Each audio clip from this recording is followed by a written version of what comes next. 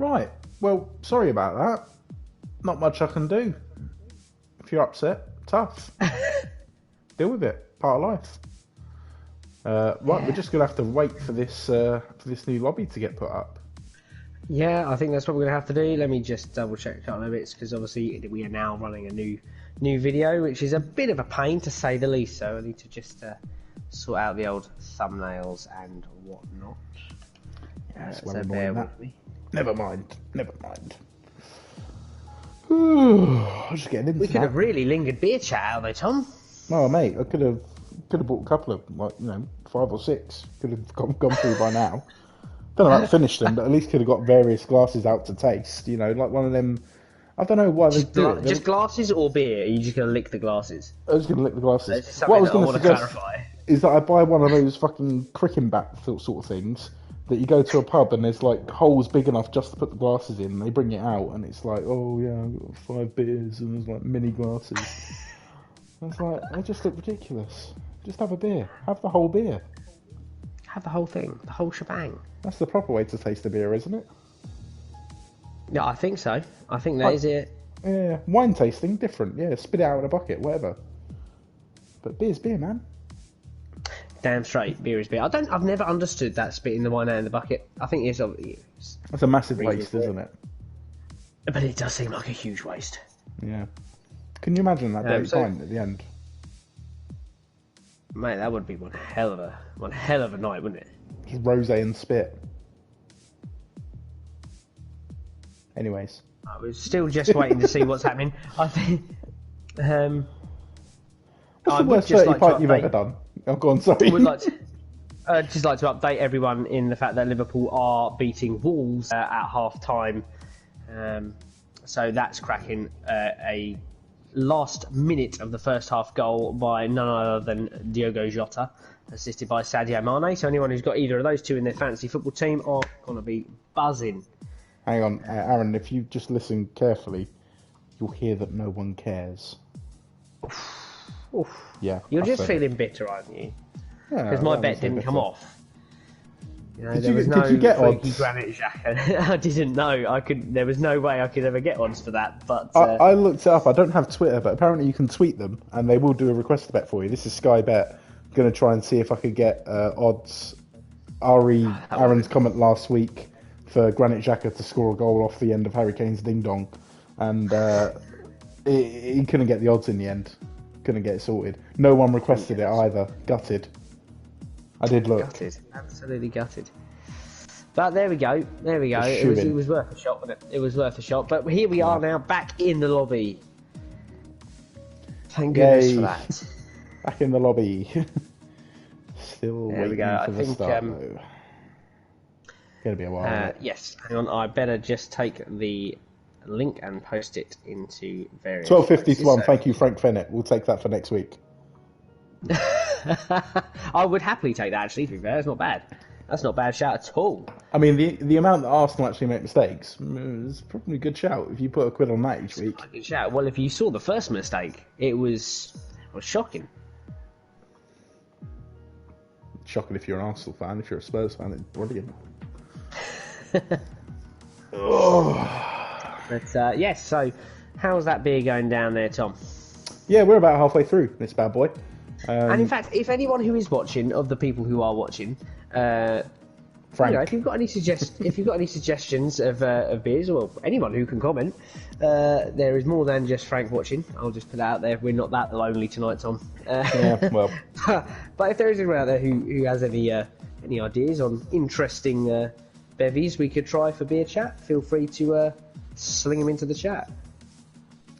Grant getting his beady nose in there. Yeah, we know you're watching, Grant. Come on, comment enough. He's watching and racing. I think it's because he likes to see himself on the delay. Yeah, this is it. He's got like 10 seconds to sort of look back and go, did I take that turn? Yeah, no, I took that. All right, let's carry on. Yeah, no problem. He's all right. He's got 10 seconds to sort of do what he wants pretty much most evenings. So it's he's on Budweiser tonight as well as Grant. He's drink driving. I love it. I love it. So fantastic. It's just, it's a solid shout, really. Solid shout, yeah. I mean, to have the balls to come on here and say that you're also a bit pissed when you'd race that fast, Mate, on a Thursday, I'm Add wine beer. I'm teetotal on a Thursday, and I can't keep it on the circuit for lap 1. So, But there's Grant knocking back the buds. and smashing out 44th position in the world. Yeah. What's not to love? I've got 2 cans of Captain Morgan's rum as well. Jesus, I think you've got a problem, man. I think we have a. It's like, yeah. Right, Frank Frennett. I'm boring, sipping Stellas, but did win a beer machine on rugby bets over the weekend. Happy days. I only tune in for the beer. He knows where it's at. He knows a beer machine, though. A beer machine. What sort of beer machine are we talking here, Frank? Because I'm very intrigued by this. I'm actually currently on the search for a beer hawk or a beer wolf blade because I've heard good things about them. You get a keg and you chill it down to like 2 degrees, and it's 8 litres of beer to just consume at your leisure. But you're building a pub as well, aren't you? That would go nicely in the... I am currently building a pub in the garden. Yeah, that would go nicely in the pub. Which will go well, and I'm sure there'll be some F1 themed items going in there, and there'll definitely be a projector outside to rewatch these streams when I have a lonely day and I want to sit and drink 8 litres of beer and watch these streams.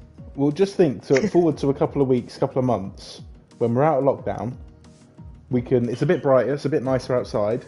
We can get the projector going. I can come over. You can have a PS5 by then as well, because they'll be readily available. I'm sure they will. And boom, night in the pub, watching these guys race. Amazing. It'll be cracking, mate. It will be cracking. We can run the stream from there, Tom. Nick a few bean bags from work. Oh. What more could you ask for? It's pure quality, and I've just seen that Frank has replied in the comments. He's got a Blade beer machine. I'm jealous. Tom, you look up a Blade beer machine. I have no idea what you're talking about. You're into this more than I am. I'm going to have a little look now. Mate, they are incredible. I'm talking 8 litre kegs of beer Moretti, and they are pucker. They are absolutely Blade beer dispenser. Yeah, made by a company called Beer Wolf. Phenomenal. Oh man, it looks like a Dalek that serves beer. It is. It's like a R2D2, but if he was in like a Stellar livery. R2D2 is a landlord. Oh my god, have you seen... Oh, you're going to pay that much for one of them? Then again, you are building a pub, you are minted. I'm not, but I would very much like to attempt that. But then for not much more money, you can get a proper gas setup, but that does seem like a lot of effort, I'm not going to lie. I mean, yeah, it's a bit much. Well, yeah, I'm just looking, take it a bit far. I think the missus would have something to say about that, unfortunately. 6 8-litre kegs of beer Moretti for $176.64. Which isn't bad. That doesn't sound too bad. I'm looking, what else can you get actually? Oh, Frank won his. He won his. Frank, if you fancy selling that for cheap monies to your favourite commentator, then hit me up. Write to eBay, and Aaron will write to eBay afterwards and do a deal. I'll write to eBay. Where me find my monkey grenade.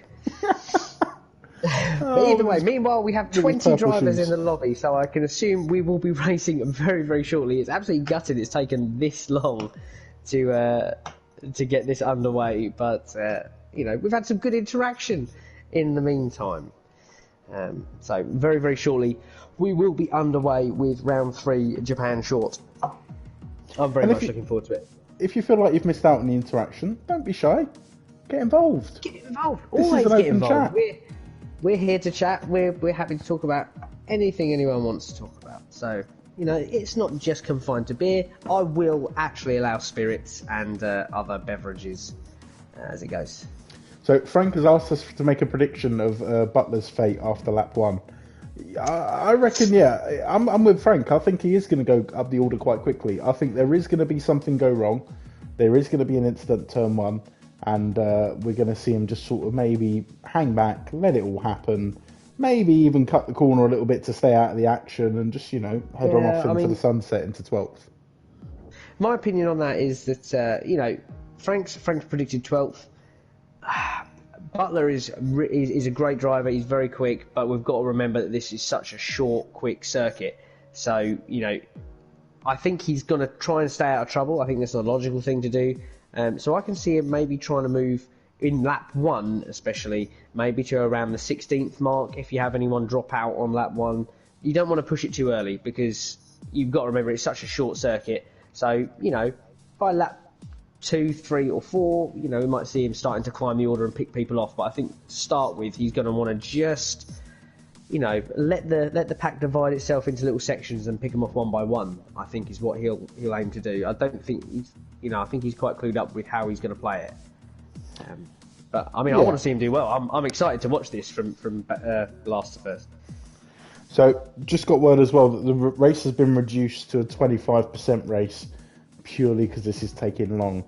Good idea. Yeah, I'm with that. It's getting a bit long now. We're up to 9 o'clock. It's past my bedtime. And I am nearly about to start the next beer of the evening, so I'm going to have to try and slow my roll down here. Slow down the train. But I mean, the football isn't even on. The football is at half time, so I can't even provide anyone updates on that.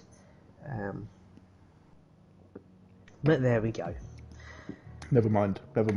Right, looks like we have got some drivers readying up, and we're going to get this session underway quite quickly. Just want to have a look. I don't think it doesn't say on there if there's going to be a formation lap or not, does there? No, I believe we are not. So no formation lap. We're going to go straight into this. So hold on to your horses, folks. Big question here, because I've just had a message from someone who is watching who hasn't put it on the chat. I don't think he's logged into YouTube, but ouch. Private message. The Jimmy C of the world has said, just going back to our wine tasting, would you drink it after it's spat into the bucket just to save wastage? I mean, spillage is leakage. That's the rule, right? Oh, I think so. Yeah. I think it depends how many I've had. If you've had a fair few, it doesn't taste any different, does it? But once you've been to university, you start to realise that alcohol's a premium. So spillage is leakage. You get on with it. I like that. I like your style. But meanwhile, here we go, Tom. Here we go. Now we can build up the start of this race again. Hopefully, not many predatorial moves from the hooded man at the front of the. No, I wonder if he was still standing there the whole time. I reckon he was. I think he is. He's sort of watching the popcorn sellers. And I don't think we're doing a formation lap. I don't believe we are anyway. So no, we're good. We're ready. We're ready to get the start of this race going. It's not a problem. Hopefully, with no issues. Looks like everyone's starting to ready up after sorting out their setups. We've got clear weather here again, so no issues there in terms of rain. Obviously, a reduced race, 25%, so expect it to go very quick. We'll try and keep up with all the action. But again, apologies if we do miss anything this evening. Right, a couple of seconds to go before we start to see the races on the grid. I don't want to think it's going to be cinematic angles all around. Okay, here we go. So we are formation lapping. Fantastic. Oh, we really built that up again. Right, formation lap is going to happen. So we've got 30 seconds or so to discuss the race once again. Just looking down the order, we've got the Mercedes nicely split in the pack there, 10th and 11th, James Punt and Leonard Cam. So they'll be looking to make some moves and get a good team result here, I think. Or if they can't, maybe just hold those positions, which will be a great starting point for Monaco, of course, if they can edge into the top 10. Further up the grid, we have got our first sandwich of the evening. We've got Haswich with a nice Italian Alpha, like a salami filling if you were going to go for some sort of Italian meat. Well, Americans love a sandwich, don't they? Damn straight. Well, would you class Hass now as American? They're technically Russian now, aren't they, really? Yeah, I suppose. Sold the soul, haven't they? In fact, that's something we could have spoken about there, Tom. We've had 10 minutes to just talk about the testing days. But meanwhile, here we go. I think we're about to kick this race into action. We'll get to testing later. That was testing. Right, final drivers just getting ready on the grid here as we await the 5 lights to go out. Hopefully, this is the point we got to last time. Hopefully, no issues here. But I'll wait for the first lights to come on. Right, looks like we are getting ready to go. Wait for those lights though. So lights on, I'll leave you in Murray.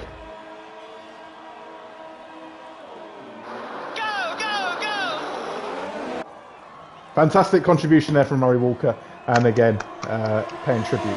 So, first turn, as we head into the first lap, we've got Osborne, who's taken second place already off of Chatty Duck. Granty Boy keeping it all together so far at the moment. Couldn't see any major issues like we predicted. It looks like everyone has gotten through there nice and safely. We see Joseph Morales drop to place as well. NUFC fan Liam up 2, so good start for him. And towards the back of the pack, we can see that Trem's had a cracking start up 3, and Butler already up 4 places. Wonderful start there from the Williams driver. And just as I finish that sentence, we're already a lap in. We are, and I'd just like to say, after lap 1, I did say around 16th, 17th, so I might take that as a... Congrats. It's not quite the win that you had with the odds of the Granite Xhaka bet, but a win nonetheless. Right. Again, apologies while the order just sorts itself out there.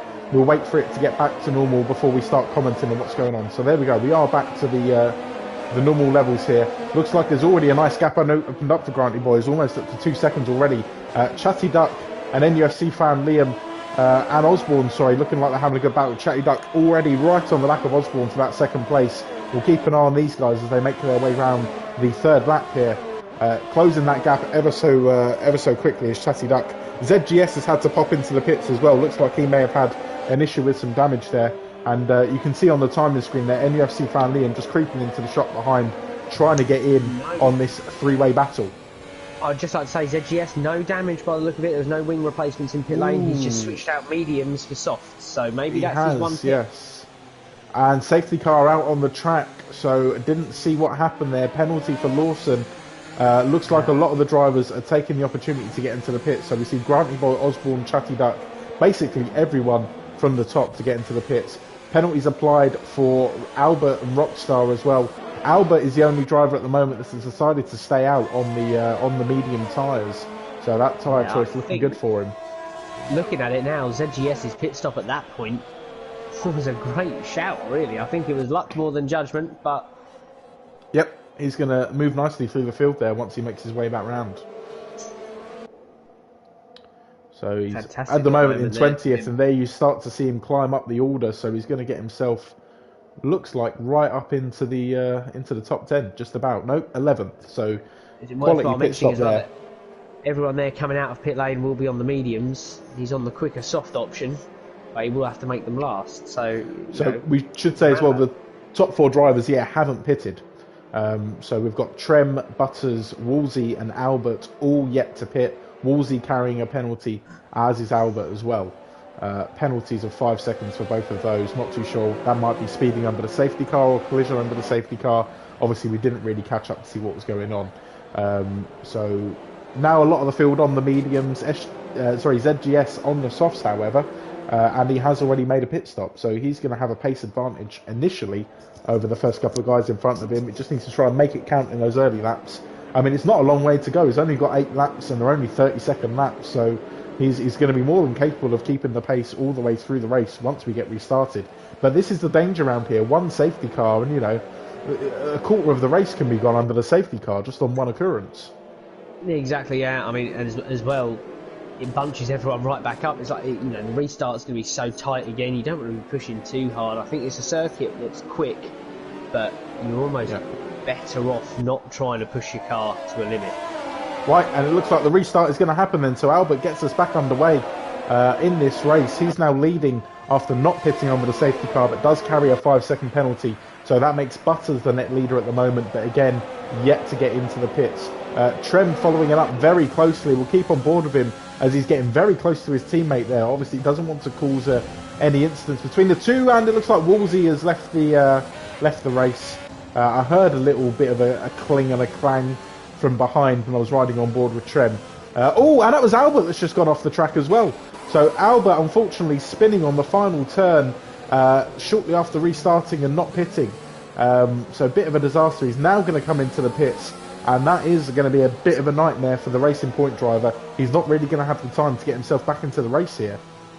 No, it's very, very unfortunate for him. I mean, we've now got both of the Renault boys out in front here, swiftly being chased down by the Red Bull of Granty boys, so we'll see how long this goes. We'll ride on board with Granty boys. Trem takes it a little bit wide into that turn there, and you can see Granty boys just waiting for his chance to get on the attack. We'll keep... Trem actually dives into the pits to make his pit stop. So that does open up second place nice and easy for Granty Boy, and he's now got a bit of a gap to chase down on Butters, but still with 5 laps to go, you do feel that he's going to be able to get that done. And is that another safety car out? It did look like another safety car out just then. I did see the Mercedes creeping around the circuit there, so they could be catching him on the next go round. Maybe that is why Trem dove in the pits so quickly there. So I'm a little bit confused because I've got nothing on the game telling me there's a safety car, and it looks like everyone's racing at full speed still. So a little bit confused as to what's gone on there. There we go. Now the full course caution. Everyone's gone yellow. So again, another safety car. Oh man, this is going to kill the race. Could be a brilliant result for Butters though. He can keep it going. It really would. And as we look really, from the back of the grid, we've got Butler in the pit lane, which is a shame for him because, without that safety car, he was doing really, really well up to 11th. You can only assume that was an incident for him there because he was up to about 12th, wasn't he? Yeah, but it looked like did he pit under the first safety car? It looks like he's having a wing change in pit lane as well, so I can only assume it was maybe a little bit of damage taken on there, which is such a shame. Yeah. I think, is this just a VSC rather than a full safety car?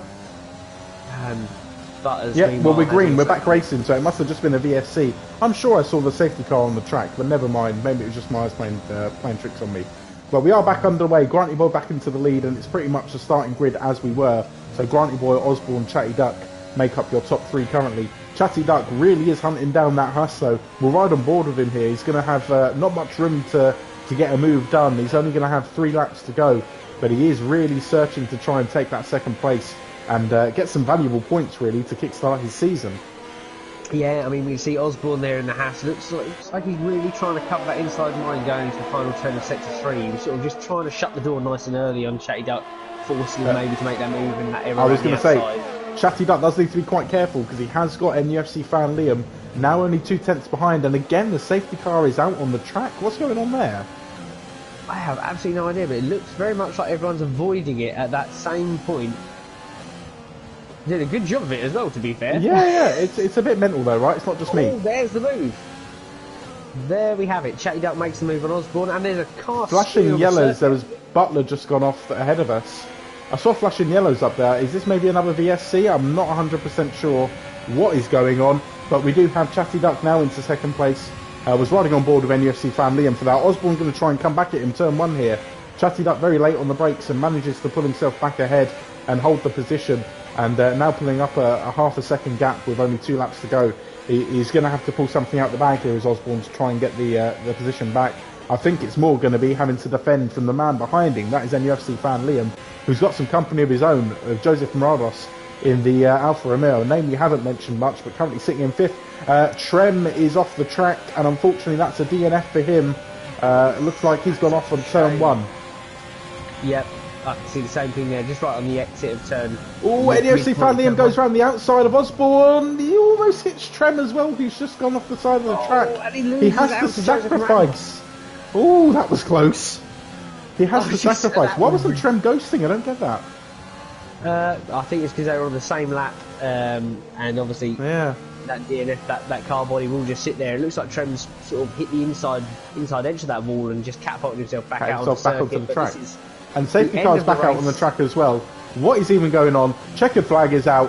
Who knows what happened in that race? But Granty Boy is your winner. Chatty Duck picking up a valuable second position to kickstart his season. Osborne with 3rd and Joseph Morados 4th. NUFC fan Liam having to give up what looked like he's going to make a move for 3rd there because he had the move almost done over Osborne around the outside and then had to veer to the left to avoid Trem, who had DNF.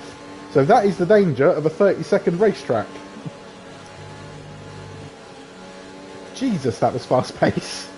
That was ridiculous. Absolutely ridiculous. So we should recap as well. It looks like James Punt finished 10th to get himself a reverse grid pole in Monaco. And we said at the start, obviously, the Mercedes guys look to be in best place to get themselves the best start for that race. And they are going to be sitting 1st and 3rd on the grid in Monaco. So it's a bit of a difficult decision. Of course, we haven't really spoken about this much. Driver of the day for that race. I mean, 13 laps of pure madness. Safety cars all over the place. Multiple incidents to try and recap. It's a bit difficult to think about driver of the day, I think. Yeah, I mean, I physically can't really do one. There's not enough of a race there to go on. See, I'm To purely. actually, I was thinking I'm purely just going to look at the grid position, and see who had the best game, and looking at that, I'm looking looking like possibly Billy at Wheeler. either Willis or Wheeler. Just doing the maths there, obviously Wheeler's gained 7 places, as has Willis, and given that Wheeler finished higher, I think we'll give it to Wheeler. I think that should be the case because there's not really much of a race there to digest. It was so No, fast paced. no. I think there's a lot of people now, a lot of the drivers now talking that they were taken out by the safety car or by bodies of cars sitting around. So Yeah, no, a bit yeah, mental I think there. we're going to take a. I think we're going to take a quick break just to let that all settle in, Let it marinate. and we'll be back ever so shortly, shall we, Tom? Yep, quick break. Wheeler gets driver of the day for that race, and we will be back with, most importantly, second part of Beer Chat, and of course Monaco. See you in a bit.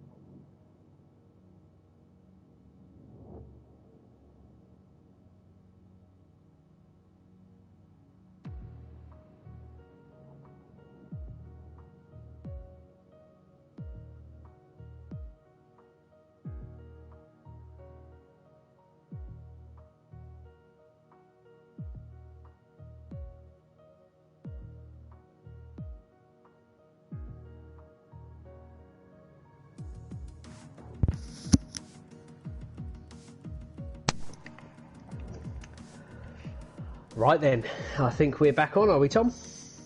We're back on, and we're ready for part 2. Aaron and Part Tom's beer chat driving thing.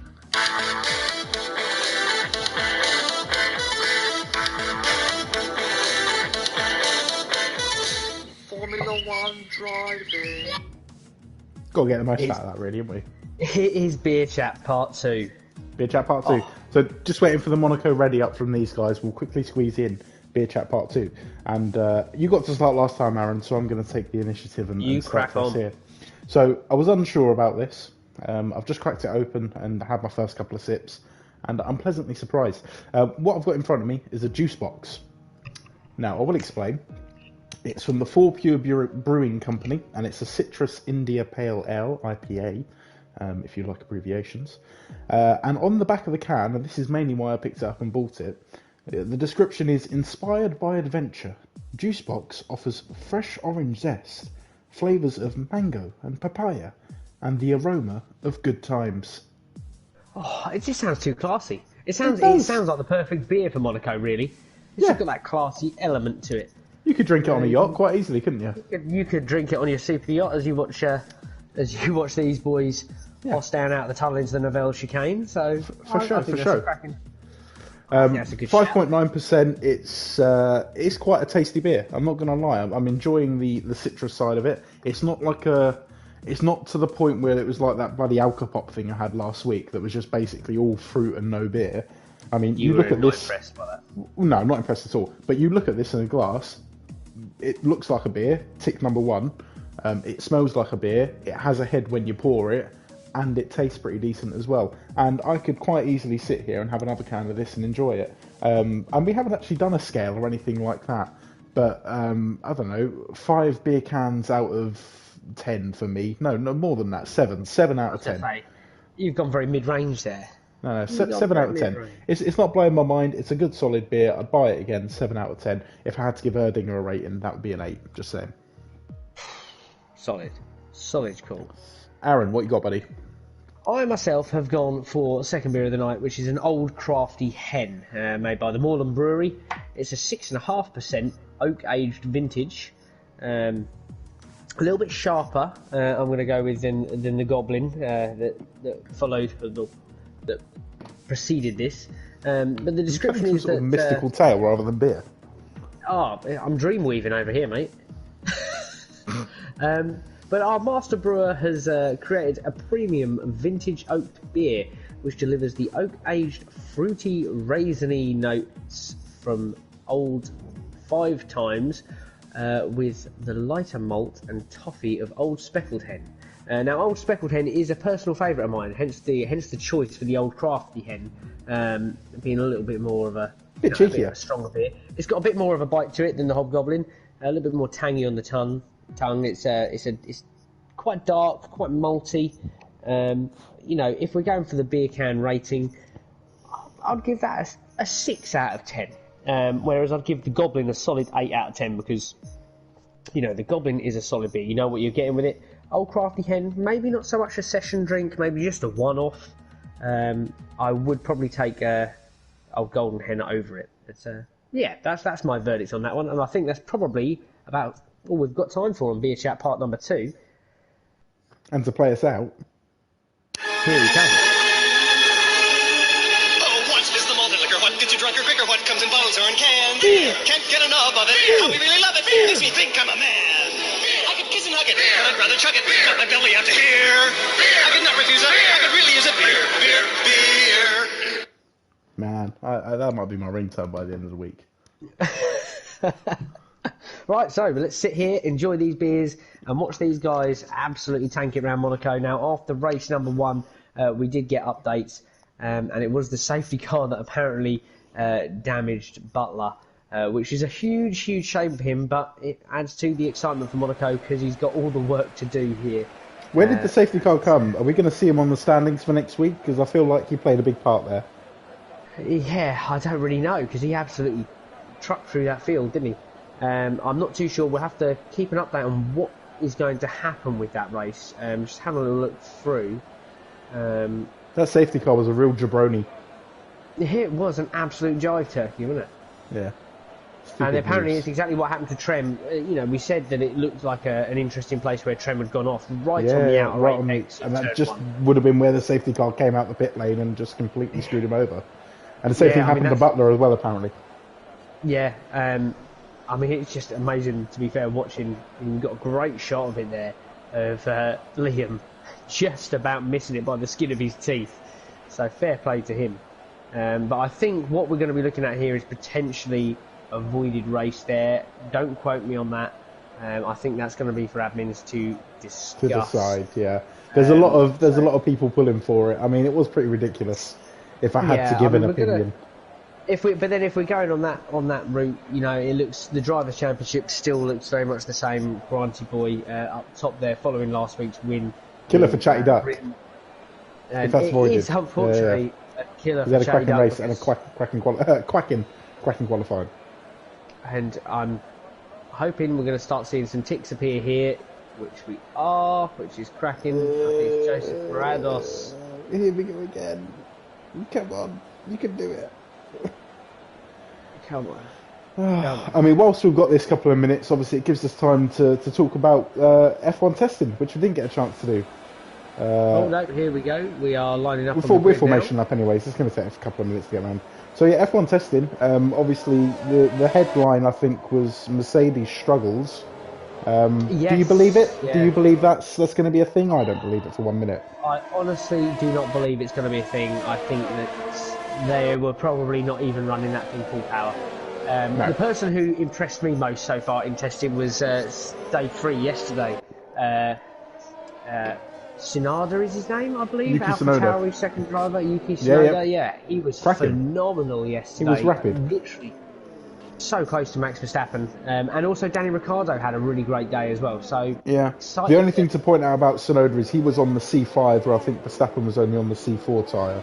So he did go a step softer to set that time. But to see a rookie getting close to the top end of the testing board, and you know, in the AlphaTauri Honda powered cars with the other Honda powered Red Bull up there, this could be a good year for Honda, their final year in F1 before they withdraw completely. I'd like to see that. I'd like to see that. I mean, it was just a shame, unfortunately, for the guys at Aston Martin. You know, they haven't had a great session. But personally, I'm a little bit of a McLaren fan, so I'd like to see those guys do really well. But equally, I'm a Carlos Sainz fan, so yeah, I'd like to see him do well in that Ferrari. Don't get me wrong, the McLaren cars did well. They probably did the best out of the Mercedes powered cars in the entire 3 days. But I think maybe Aston Martin were hiding a bit of what they've got to show us, so I don't think they've shown us their full potential yet. But yeah, fun season ahead of us. Obviously that starts in 2 weeks from now, back at Bahrain. Can't wait for that. And Drive to Survive on Friday as well. Let's just have a little gander here at the grid. Obviously it's a reverse grid from finishing position, so we've got James Hunt out in first place on pole. Butters completes that first row of the grid. Second row we have SRL Albert and Mogi in his Williams. Behind them, NUFC fan Liam and the Haas car of Rockstar, Joseph Rados and Osborne, followed by Chatty Duck in that Ferrari and champion Granty Boy rounding out the top 10. And Tom, it's over to you. It's over to me. So the lights are coming on, 5 lights, and we are away here in Monaco for the second race of the evening here. Hopefully a lot less entertaining. Well, I don't know about entertaining, but a lot less troublesome for these guys. B Wheeler, should be mentioned, has a 5-second penalty straight away for jumping the start there. James Pump's got off to a rapid start, pulling out a 1.5 lead already over the front guys. Virtual safety car already though on the track, so what's gone on there? We'll try and head a bit further back down the order. There's a lot of carbon fibre going flying. Yeah, with the Haas, and I think it was NUFC fan Liam as well, and virtual safety car lap 1. So this is in stark contrast really to the race we had in Monaco at the start of last year, where it was all a bit nicely, you know, no one do anything wrong. Safety car lap 1, and the screen is littered with penalties for either speeding under the BSC, contact under the BSC, so everything going on lap 1 here. Yeah, I mean, it's looking a bit chaotic, isn't it? And out of all of that, the only big gain is Butler. He has had a massive gain, looks to be in good tact, no damage to his front wing. Should say we are back up to full speed as well now. we can see a couple of changes in the order. Granty Boy's got on 9th place off of Chatty Duck, and looks like Osborne jumps up above his teammate Rockstar as well, as has Joseph Morados. Sector 2, yellow flag, that's Woolsey that's struggling there a little bit, with Willis not too far in front of him as well. Both those drivers having a few issues. A couple of people having to dive into the pits. We'll keep an eye on that. So 4 drivers so far have popped into the pits. Make that 5 as we head round on for lap 2. That puts Butler nicely into 9th now. Fantastic start from him. At the front, we've still got James Punt leading from Butters, and Mogi in 3rd. Although he's got NUFC fan Liam all over the back of him as they head down into the Grand Casino hairpin. We'll keep on board with Liam as he makes his way around this tight, twisty, turny part of the track and into the tunnel. Will he be able to get a move done here? He's going to want to look for a good exit out of here and try and make one through the tunnel, but I don't think he's going to be close enough to make that move down to the Novell chicane. I'll say he made a cracking move on the chicane last time, if I remember. He did, yeah. It was his favourite spot in that Red Bull. He dipped it right up the inside. Needs to be careful. Yeah, needs to be careful cutting the corner there. But if he can pull something off like that again, that'd be brilliant. The timing screen hasn't fully loaded up for me yet, so once we get that back, we can obviously keep you a bit more up to date with what's going on.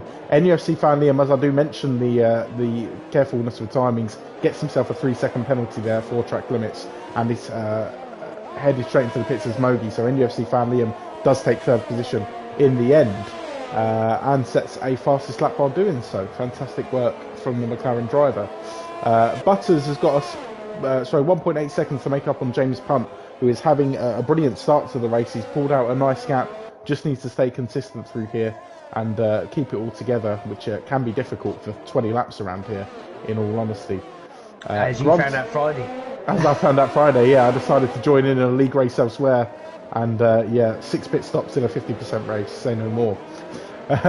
Granty Boy has climbed himself up the order as well. He's just pulled a nice little move there on the inside of Osborne, heading down into the hairpin, and now finds himself in front, heading down into the tunnel as well. He's got a 1.5 seconds to make up on Joseph Morados, but with that boy's pace, you don't expect it to take too long. No, but we also remember that Joseph Morados last time we were here went very, very, very well round here, so it'll be interesting to see exactly what happens when these two guys come together. It's the opposite way round this time, Morados leading Grant, so... Yeah.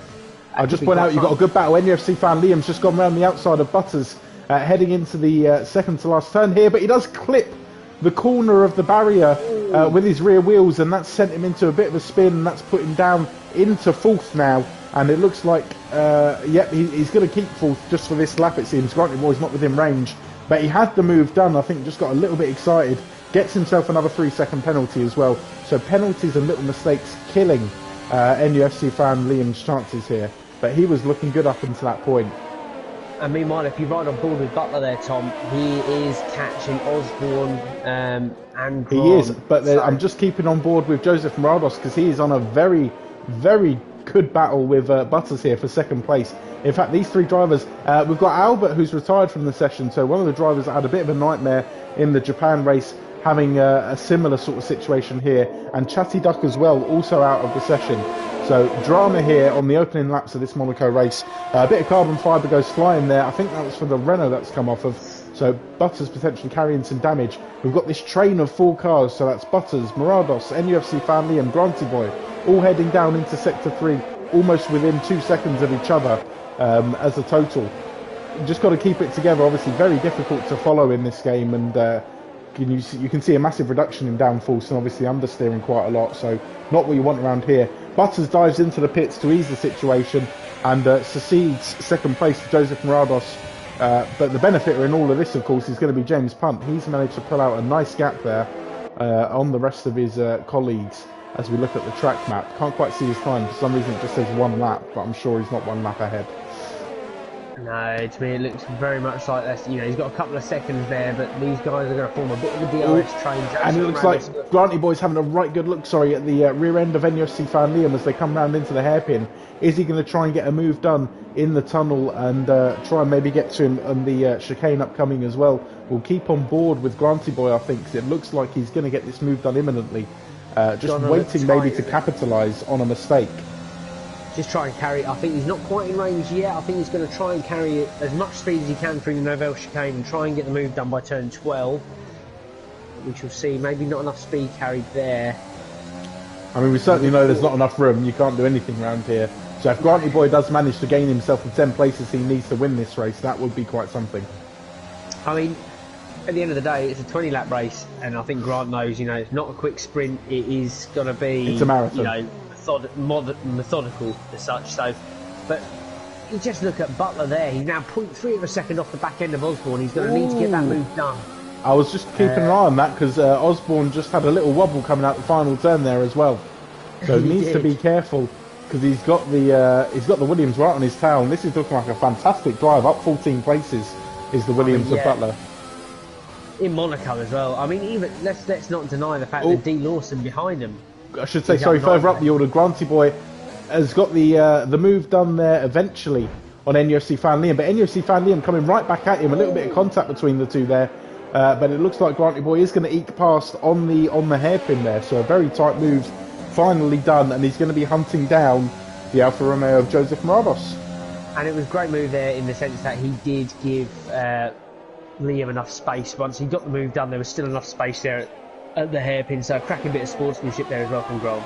Yeah. Although I don't know that NUFC Fan Liam feels the same, having lost the position. And he looks like he's slowing. I don't know if he's taking some damage there or what, but he looks like he's slowing down massively. We might see him dive into the pits. Butler is really pressurising Osborne here in that Haas. Looking very, very tight as they enter the last couple of turns of this lap here. We're right on board with him because we saw Osborne have a bit of a nightmare out this turn earlier. Looks a bit safety there. VSC as well, so that's going to ease the pressure for Osborne. He can take at least half a lap to sort of get himself together. That's such a shame there that, it looked to me like Butler had a good run out of that final turn there, so he'll be gutted by that. But the person it pays off for is Grant, so we've got an interesting battle coming up front there between Hunt and Grant there. So just looking at the pit stop detail as well, sorry, you can see that the top 7 are all yet to make a stop. Everyone else has been at least for one stop. The top 7 still yet to come in, and that gap is now going to close up between the top 7 and Butters, who's in 8th. So by the time those guys make their pit stops, as we get up to racing speed again, we might see a massive change in the order here.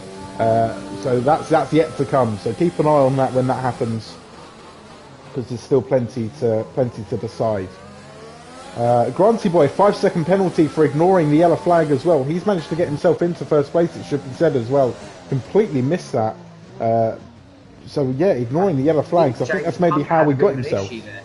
Yeah, James Punt had a bit of an issue with connection. So. Yeah, James Punt is ghosted and is retiring from the session. It looks like maybe he's into the pits. And he's stacking up in the pits as well, unfortunately. Duck behind his teammate Leonard Cam. Damn, that's not good at all. That's not what you want to be seeing there. What is going on with this lobby? It says Leonard Cam's DNF, but he just went out again. It's a very, very interesting evening. I think we've got some serious server issues from Codemasters here, and if they're watching, they need to sort it out. Sort this crap out, man. We pay good money for this game. Damn straight, and we love it. Nonetheless, we do love it. But we've now got yellow flag sectors 1, 2 and 3, supposedly. So I don't really just watching on board with Butler, very close to making contact with the rear end of the Haas of Osborne, but does manage to stick it through the hairpin there, and I think he's getting frustrated, I think it's safe to say now. Yeah, by far the best battle going on in the field right now is Butler against Osborne here in the Haas, so I'm excited to see what happens and what moves can be made here. Should be said as well, we've got a nice battle going on. No, we haven't actually. It's just Butler and Osborne. That's the good battle that we can see at the front of the order. Again, my timing screen's all over the place. It's very difficult to keep track of what's going on, so I do apologise about the rather improvised nature of this evening's commentary. Seems to be quite a few issues going on with this game at the moment. But as they come round to set the next couple of laps, we'll maybe get an idea of where the drivers are. You can see the intervals there starting to pop up on the screen, but again, it's not much info to go off of. It looks like we have a slow-moving Renault. It looked like Butters might well have been the cause of the yellow flag down in Sector 2, but he seems to be back up to race pace now with no damage, so we'll leave that as is. I think you're... Sorry, mate, I think you were right there. Butters looks like he's getting a bit impatient here behind Osborne. He looks like he wants to get that move done, and you can really tell every sort of lap that goes by, he's just losing a little bit of time from NUFC Fan Liam. So... he's going to want to get this done as soon as possible now. I mean, yeah, there's still obviously half this race to go, and there's, it's a long time for Osborne to hold out. We know it's difficult to overtake round here, but you just get the feeling that eventually the pressure might succumb to either one of these, and we could see either one of them leave the race prematurely, unfortunately. It's going to take a flawless drive for them to stay in it, to be under pressure for this long around this track. We're starting to get the timer screen back to normal-ish a little bit now. Osborne sends it wide into that turn, but Butler can't capitalise still. He has to take it slow to make sure he doesn't make the same mistake, and Osborne still finds himself in front. Although it looks like he's going to struggle to hold the position here as they head into Saint-Devot. Butler has to cut that corner and does receive a penalty for doing so, but he does get fifth position back from, does get fourth position over Osborne. You'd like to think that even with the penalty, potentially he is the quicker of the two of them. Can he pull out that gap? But I believe they still do have to pit, so neither of those guys have pitted yet, so that's going to make things very interesting. I've just gone to the penalty details to have a little look at that, see what's going on there. 19 seconds of penalties for NUFC fan Liam. He really needs to be careful, because we're already halfway through this race. He can get disqualified. That could be quite a turning point, unfortunately, which would then move Butler up into third. So from way back down there up to what was the back of the grid on the first race, working his way up to a podium, phenomenal. So just looking further down the order, we've got ZGS, who's next closest really to making a move on someone. He was looking very close to Butters, but looks to have a bit of a dodgy exit out with the hairpin there and lost a bit of time. But he's still looking like he's going to be within range to make a strike within the next couple of laps. So we'll ride on board a little bit with that battle. Further down as well, you've got Mogi trying to make some moves on Trem. Williams on Renault battle there as ZGS locks up a little bit into the Novell chicane and loses even more time out to his colleague there in the. Can't help but feel sorry for Mogi there. He's had such a good qualifying through Japan, and it's unfortunate for him to be sort of just dropping down this far in the order at the minute. He's dropped 8 places so far this race, so it's a difficult circuit though. So I think anyone can be let off from this. We'll ride on board though, because it looks like he's just nicely taken position off of Trem. With no difficulty there at all. It looks like Trem's slowed down on the main straight. I'm not too sure what happened. Maybe a controller issue or something, but he almost like gave the position up in the end. So Mogi does find himself back into the points in 10th position, and will be looking to support his teammate Butler by getting a bit further up the order to try and make this a successful night for the Williams team. Just ahead of us, we've got Rockstar and Butters as well going at it. So Haas on Renault action. We saw earlier we had ZGS trying to make the move on Butters, but he's fallen down the order massively there. Rockstar looks to be within striking distance on this next lap. If he can maybe keep up this pace all the way round to the final corners and maybe try and get a move done. Butters has to cut the corner massively there and finds himself on 12 seconds worth of penalties anyway. So maybe... Sorry, we've just had another DNF there. Willis. And Mogi comes steaming through on the inside there of Rockstar's mistake. So Mogi having a fantastic lap there, and he's right onto the back of Butters already. So he might even be able to get another move done here on the main straight. He's going to have DRS it seems as well, but so has Butters off of the car that was in front of him that's just pitted. We'll ride on board with this battle because this is going to be close all the way around here. We've got N. Willis who's come out the pits there as well, but he said he was DNF'd again. Not too sure what's going on with this lobby. It's all over the place. We'll send a strongly worded email to Codemasters. And eBay. And eBay. Lobby. And here we have the move being done. Inside of that turn there, and he gets it done. It's a fantastic move, yeah. Fantastic work from Mogi. He's gained himself, 3 positions in 3 laps, I want to say, maybe even 2. And that's a brilliant bit of work around this circuit.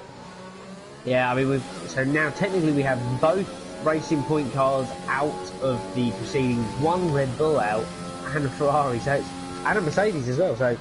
And I think Racing Point were leading the Constructors' Championship. They were leading the Constructors' Championship. Yeah, they took quite a decent points haul as well last time out. So they were 28 points, although they are equal, I should say, to Red Bull. So right. Far, as it stands, Red Bull have the advantage. What with the points that Grant's going to get? Obviously, Peter unfortunately has DNF this session. So I mean, really and truly, we're looking here at the Williams boys, because they're going to be taking some decent points. They're going to get hauled, yep.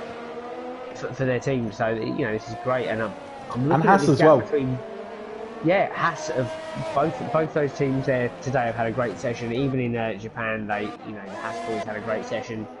Not so much for Williams, but this race, 100% has been phenomenal for them. Yep, fantastic work.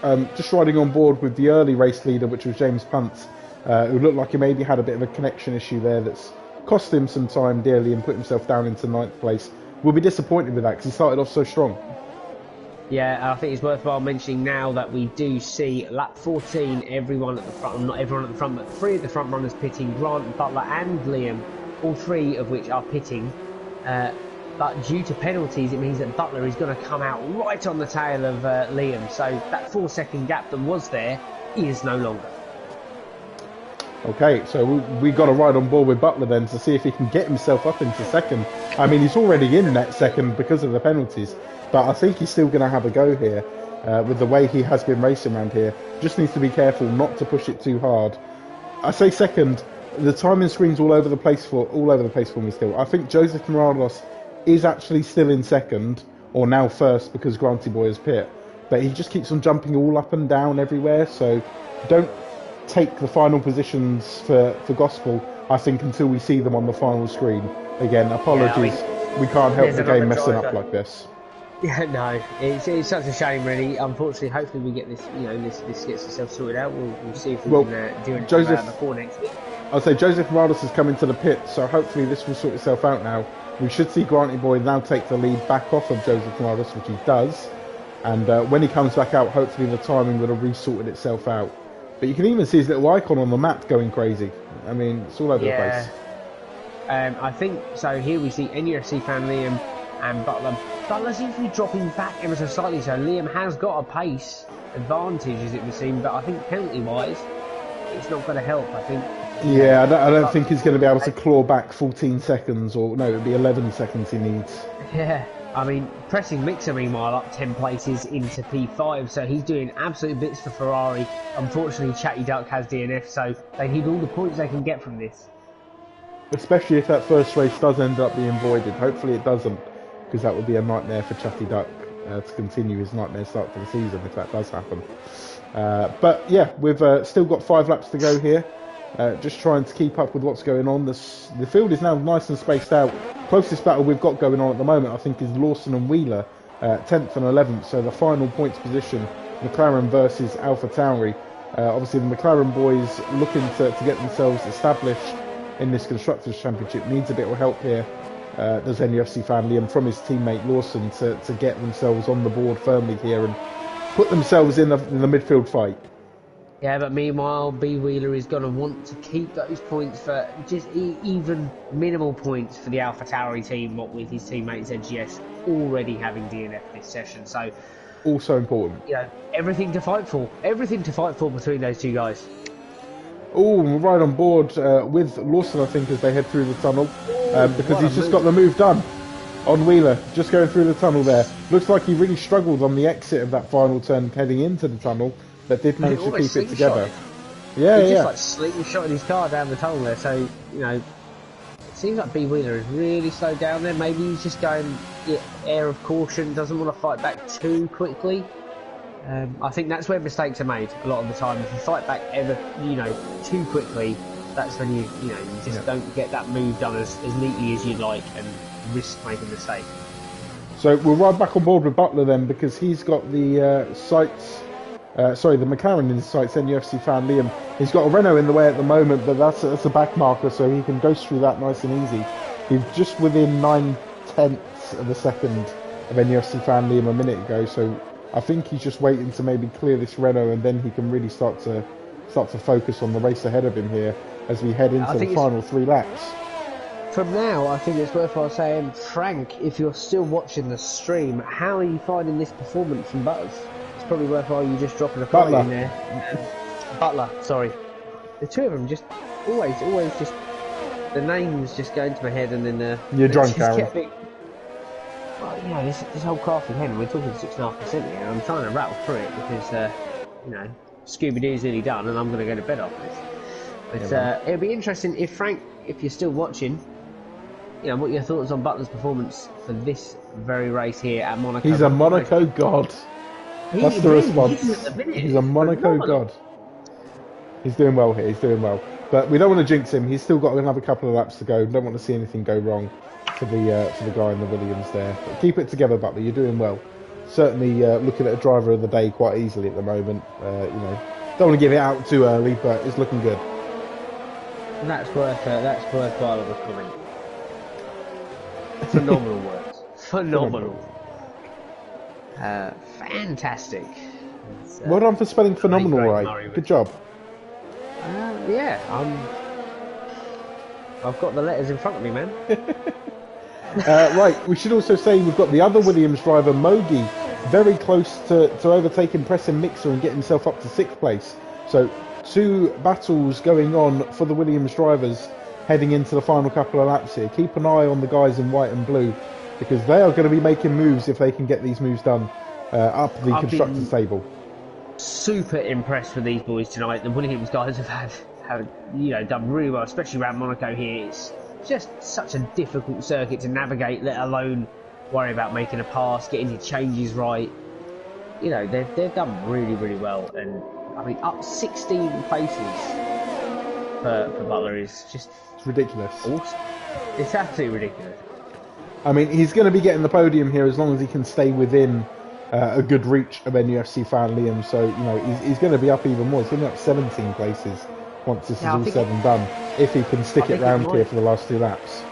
It might also cause a little bit of a psychological thought. He's going to want to get the move done, let's be honest. But would you risk it? I wouldn't. No, but I think it's going to cause a little bit of a psychological point to Liam in that after that pit lane, they came out so close together. Liam pulled a bit of a gap of about 2 to 3 seconds, and Butler has closed it. Mogi's got the job done over Preston Mixer as well. So we're going to see Mogi jump up into 6th. He's got 2 seconds to try and make up over Osborne. Maybe that's a bit of a tall ask, but he has been absolutely flying in the second half of this race. And we saw him make that brilliant move earlier in the race to gain a couple of positions. So we'll keep on board, or keep an eye out, I should say, on that battle. We're going to stick with Butler, though, because he is the closest driver on the track to making a move. But I think it would be, you know, a bad decision to try and make a move now. It should be said, he's not going to be able to get second. There's nothing to gain. So sit back, take 3rd place on the virtue of penalties. Just don't make any silly mistakes. Yeah, I think that is heavily it. I mean, looking as well with... Ooh, and I've just seen Osborne, pick up a 3-second penalty. So that means that Mogi is going to get himself into 5th at the moment if he can stay within 3 seconds of Osborne. So big moves there from both Williams drivers. I mean, can we give team of the day rather than driver of the day? Because it's looking like he's going only one way right now. It's fantastic. Wheeler, unfortunately, looking at the penalties further back, even the 11-second, 15-second penalties for Wheeler and Trem aren't going to affect the race results. Neither are the penalties from Mogi back to Lawson. Looks like, Rockstar and Lawson have just picked up penalties. So Rockstar picking up another 3 seconds to add on to his current 3, which puts him at 6. Even there, so I can't see that affecting the positions. No, it's not going to, is it? No. And I think Mogi's worked out as well that he doesn't need to actually pull the move off here. He can just sit behind Osborne, and he will take the position off him come the end of the race. And again, it's another situation. Ooh, I think maybe he's not got the message. He's really pushing that now. He's got no reason to. Stop it. You're making me nervous, Mogi. Please. Aww. Oh, we should point out Granty's one. We should just probably get that in there. By about 17 seconds or something like that. Well done, mate. Crack effort. I'll tap my crafty head for you. Not that that's a euphemism, Grant. Don't take that the wrong way. No, nothing like a pink weapon. Right. Penalties galore going on. Like a bull in a China house. Bull in a China house. Yeah, China house.